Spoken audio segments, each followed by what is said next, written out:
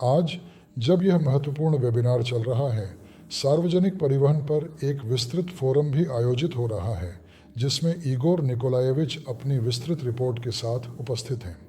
एक विशेष सत्र में उन्हें अपनी परियोजना के बारे में विस्तार से बताने के लिए बोलने का महत्वपूर्ण अवसर दिया गया है। इसलिए अब जहां भी विभिन्न महत्वपूर्ण और बड़े पैमाने पर परियोजनाएं और महत्वपूर्ण तथा प्रमुख कंपनियां प्रस्तुत की जाती हैं, उन सभी महत्वपूर्ण आयोजनों और कार्यक्रमों में हम सक्रिय रूप से प्रतिभागी होंगे और उपस्थित रहेंगे।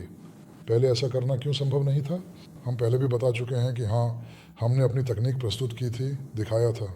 हमेशा एक ही सवाल होता था, या कहें सवालों का एक समूह, आप कितनी आपूर्ति कर सकते हैं? हाँ, इंजन अच्छा है। आप कितनी आपूर्ति कर सकते हैं, कितने समय में और किस कीमत पर? और बस यहीं पर सब कुछ हमेशा के लिए ख़त्म हो जाता था। इन सभी सवालों के कोई ठोस जवाब नहीं थे। अब इन सभी सवालों के जवाब दिए जा सकते हैं, और वो भी पहले से कहीं अधिक स्पष्ट रूप से। उस समय की तुलना में जब सब कुछ बस अंदाजे पर आधारित था, वगैरह वगैरह, कोई भी कल्पनाओं में खोने वाला नहीं था।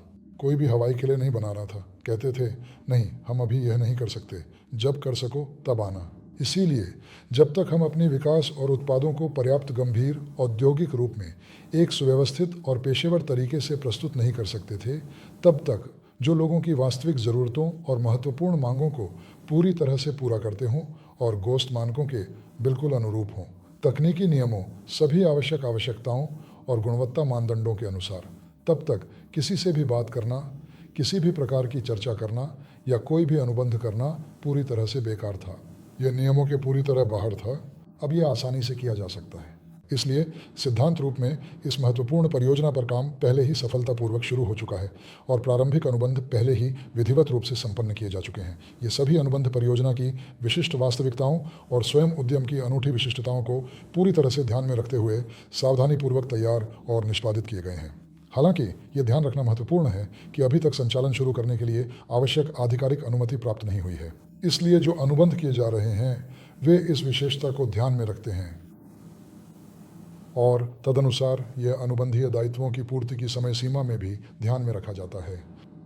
यह अभी क्यों ज़रूरी है? मामला यह है कि जैसे ही हमें संचालन की अनुमति मिल जाएगी, लोग तुरंत हमारे पास आ जाएंगे और पूछेंगे, मात्राएं कहाँ हैं? हमें और अधिक मात्रा दो।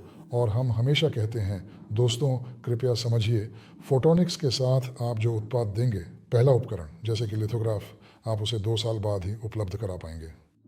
हम एक परियोजना डिज़ाइन और तकनीकी ब्यूरो हैं। हमारी उत्पादकता में विकास कार्य भी शामिल है और तैयार उत्पाद भी, और वे तुरंत ऐसे ही उंगली के एक साधारण इशारे पर बाजार में आसानी से नहीं आ सकते हैं, क्योंकि शुरुआत में तकनीकी कार्य, कई सारी आवश्यकताएं होती हैं जो रखी जाती हैं। उसके बाद विकास का काम और आगे की प्रक्रिया होती है। हाँ बिल्कुल, वहाँ चरण और अन्य बातें निर्धारित की जाती हैं, लेकिन कोई भी वास्तव में बिना सोचे समझे आपको बड़े ऑर्डर नहीं देगा जब तक कि आप खुद को इस बाज़ार में पूरी तरह से साबित नहीं कर देते। यही काम हम अभी बहुत सक्रिय रूप से कर रहे हैं। इसलिए यहाँ तक कि वे एम्बेडेड इंजन सीरीज़, जिन्हें हमने इंस्टॉलेशन बैच में बनाना शुरू किया है, अब प्रयोगशाला में बहुत कड़े और गहन तरीके से टेस्ट किए जा रहे हैं। और टेस्टिंग केवल अलग अलग नमूनों की नहीं, बल्कि एक साथ कई इंजनों की जा रही है, ताकि सांख्यिकीय डेटा इकट्ठा किया जा सके। सब कुछ काफ़ी सख्ती से हो रहा है। यह सब कुछ सीधे अगले महत्वपूर्ण चरण की तैयारी का हिस्सा है, यानी उत्पादन को सफलतापूर्वक शुरू करना और उसके बाद तुरंत ठोस आर्थिक परिणाम प्राप्त करना। जैसे ही हमें अपने संचालन को शुरू करने की आधिकारिक अनुमति मिलती है, हमें बिना किसी देरी के तुरंत ही महत्वपूर्ण आर्थिक परिणामों की आवश्यकता होती है। ऐसा क्यों है? यह एक महत्वपूर्ण प्रश्न है, ताकि हम ये सभी महत्वपूर्ण और विस्तृत आंकड़े टेक्नोपोलिस में एक व्यापक प्रस्तुति के रूप में प्रस्तुत कर सकें, जिससे हमें संपत्ति समिति से आवश्यक ज़मीन खरीदने की आधिकारिक अनुमति मिल सके। इसके बिना यह खरीद केवल पूरी कीमत पर ही संभव होगी, जो कि एक बहुत बड़ी वित्तीय बाधा है, और यह काम आर्थिक क्षेत्र के कानून के आधार पर किया जा सकता है। इसीलिए हमें इसकी बहुत अधिक आवश्यकता है। इसी महत्वपूर्ण कारण से हम अब अपनी अगली गतिविधि के अगले महत्वपूर्ण चरण की तैयारी में पूरी तरह से जुट गए हैं। संचालन की अनुमति प्राप्त करने के इस महत्वपूर्ण चरण में रहते हुए हम उत्पाद के अगले चरण के कार्यान्वयन और आर्थिक परिणाम प्राप्त करने में लगातार लगे हुए हैं। फिलहाल मैं कंपनी का नाम बताने का अधिकार नहीं रखता, क्योंकि गोपनीयता समझौते पर हस्ताक्षर किए गए हैं, लेकिन समय के साथ यह सब बताया जाएगा। तो हम लगातार आगे बढ़ रहे हैं, चाहे कुछ भी हो जाए, किसी की भी परवाह किए बिना, पूरी तरह से उन महत्वपूर्ण लक्ष्यों के अनुरूप जो पहले से ही निर्धारित किए गए हैं। इनबिल्ट ड्राइव को नेटवर्क वोल्टेज से काम करने के लिए डिज़ाइन किया गया है। क्या ड्राइव को अन्य पावर स्रोतों से चलाने का कोई समाधान है? इसका एक प्रभावी समाधान है, क्योंकि हम अब भी 48 वोल्ट की बैटरी से चलने वाले मोटर और कंट्रोलर दोनों पर बहुत ही सक्रियता से काम कर रहे हैं और उन्हें पूरी तरह से तैयार कर रहे हैं।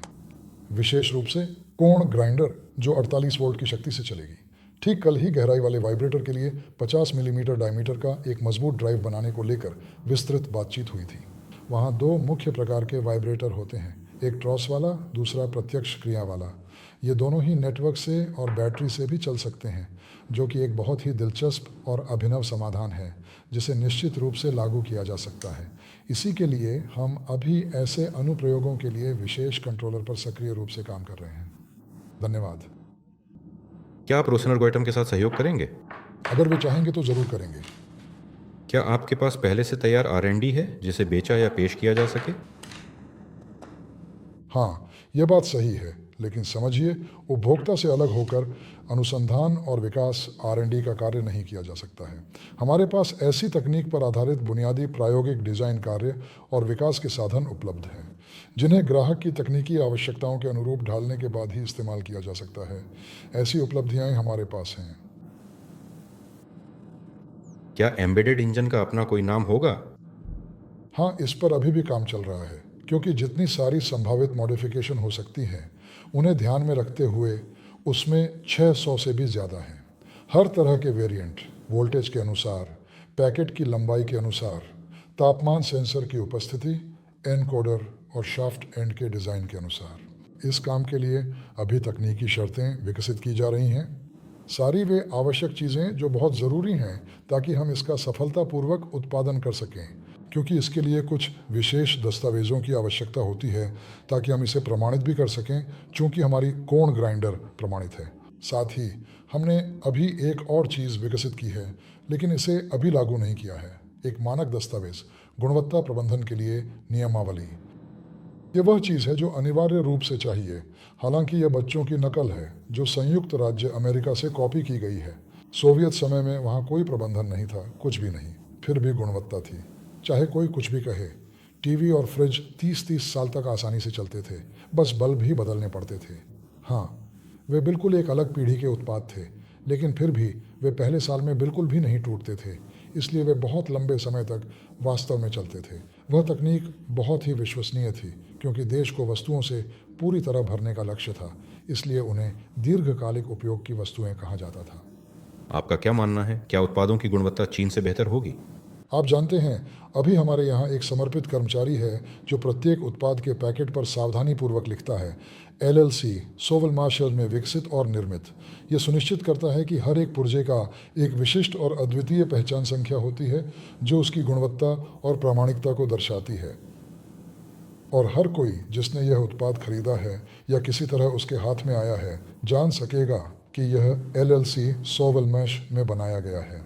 इसलिए मुझे नहीं लगता कि हम, जिसमें आप भी शामिल हैं, चाहेंगे कि हमारे बारे में नकारात्मक रूप से बात की जाए। इसी वजह से हम प्रयास करते हैं, पूरी कोशिश करते हैं कि यहाँ से जो उत्पाद निकले वे अपनी उपभोक्ता गुणवत्ता से लोगों को प्रसन्न करें।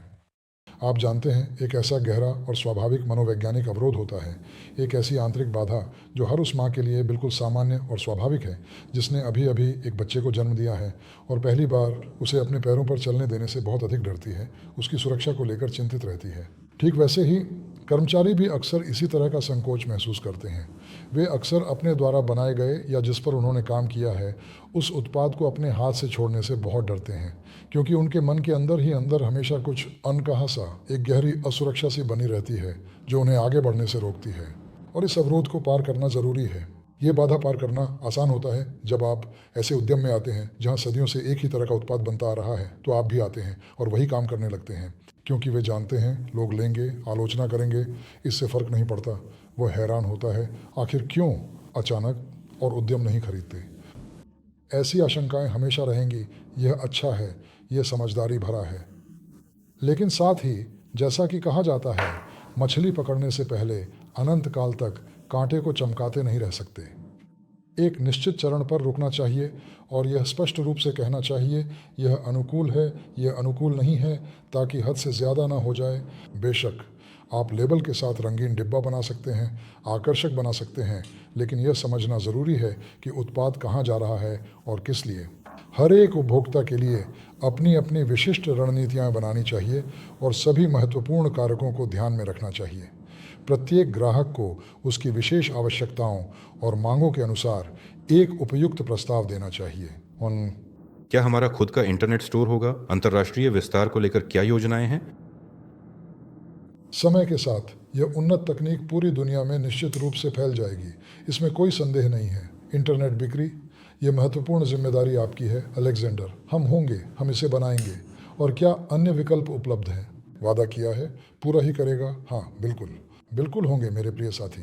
हम अपने उत्पाद की बिक्री और प्रचार के लिए सभी आधुनिक, प्रभावी और नवीनतम तरीकों का पूरी तरह से इस्तेमाल करेंगे। तो बस कृपया हमें थोड़ा और समय दीजिए और आप परिणाम देखेंगे।